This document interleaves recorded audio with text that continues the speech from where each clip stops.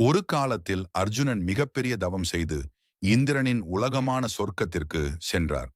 ஒரு நாள் சொர்க்கத்தில் மிக அழகான ஊர்வசி அர்ஜுனனை பார்த்தாள். இவ்வளவு வீரமும் அழகும் கொண்ட மனிதன் யார் என்று வியந்து அர்ஜுனனை அணுகி அவனை நேசிக்க விரும்புவதாக கூறினாள். உடனே அர்ஜுனன் அமைதியாக மரியாதையுடன் சொன்னான், அம்மா, நீங்கள் என் தாயை போன்றவர். ஏன் என்றால் ஊர்வசி ஒரு காலத்தில் புரு வம்சத்துடன் தொடர்புடையவர். அந்த வம்சத்தில்தான் பாண்டவர்கள் பிறந்தார்கள். அதனால் அர்ஜுனன் அவளை தாயாக மதித்தான்.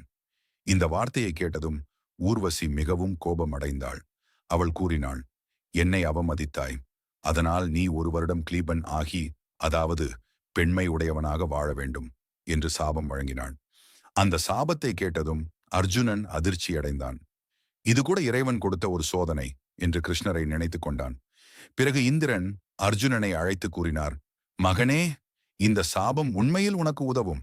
அர்ஜுனன் ஆச்சரியப்பட்டான். இந்த சாபம் காரணமாக பாண்டவர்கள் மறைந்து வாழும் காலத்தில் இருக்கும் பொழுது அர்ஜுனன் பிரிஹன்னளா என்ற பெயரில் பெண்களின் நடன ஆசானாக மறைந்து வாழ முடிந்தது.